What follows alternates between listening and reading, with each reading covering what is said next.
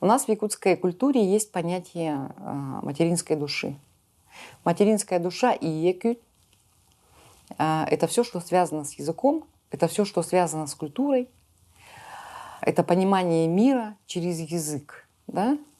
Через так называемую материнскую душу, то, что в тебя вложила твоя мать. Они лишили меня вот этой материнской души, они лишили меня моей идентичности. Вот это государство, да, это политика руссификации, политика, когда люди забывают свои корни, не знают своих предков. В общем, вот такая ситуация, моя личная трагедия. Но я это пережила, и это дает мне силы, вот эта злость моя, да, она мне дает силы бороться за каждого саха, чтобы он не попал в такую же ситуацию, в какую попала я.